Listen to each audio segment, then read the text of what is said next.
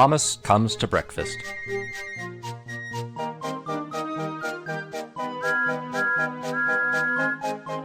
Thomas the Tank Engine has worked his branch line for many years. "You know just where to stop, Thomas," laughed his driver. "You could almost manage without me." Thomas had become conceited. He didn't realize his driver was joking. "Driver says I don't need him now," he told the others. "Don't be so daft," snorted Percy. "I'd never go without my driver," said Toby earnestly. "I'd be frightened." "Huh," boasted Thomas. "I'm not scared." "You'd never dare." "I would then. You'll see."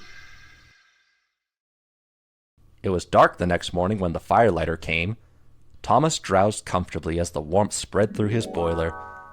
He woke again in daylight. Percy and Toby were still asleep. Thomas suddenly remembered.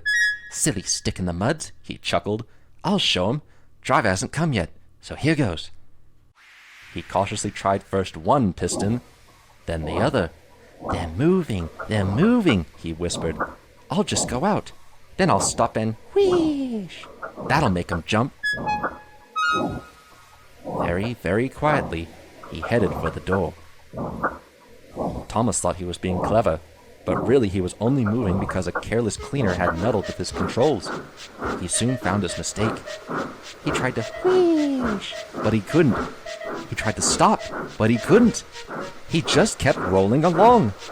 "The buffers will stop me," he thought hopefully. But that siding had no buffers. It just ended at the road. Thomas's wheels left the rails and crunched the tarmac. "Horrors!" he exclaimed, and shut his eyes. He didn't dare look at what was coming next. The station master's family were having breakfast. They were eating ham and eggs. Then there was a crash! The house rocked, broken glass tinkled, half were peppered their plates. Thomas had collected a bush on his travels. He peered anxiously into the room through its leaves. He couldn't speak. The station master grimly strode outside and shut off steam. His wife picked up her plate. "You miserable engine!" she scolded. "Just look what you've done to our breakfast! Now I shall have to cook some more!" She banged the door. More plaster fell, and this time it fell on Thomas. Thomas felt depressed. The plaster was tickly. He wanted to sneeze, but he didn't dare in case the house fell on him. Nobody came for a long time. Everyone was much too busy.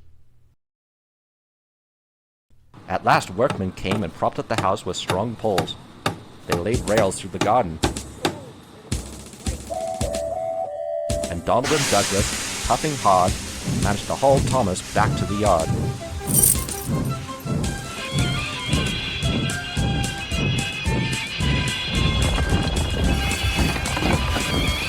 His funnel was bent, bits of fencing, the bush, and a broken window frame festooned his front, which was badly twisted. He looked comic.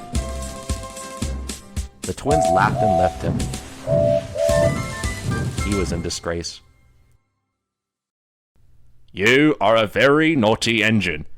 "I know, sir. I'm sorry, sir." Thomas's voice was muffled behind his bush. "You must go to the works and have your front end mended. It will be a long job." "Yes, sir," faltered Thomas.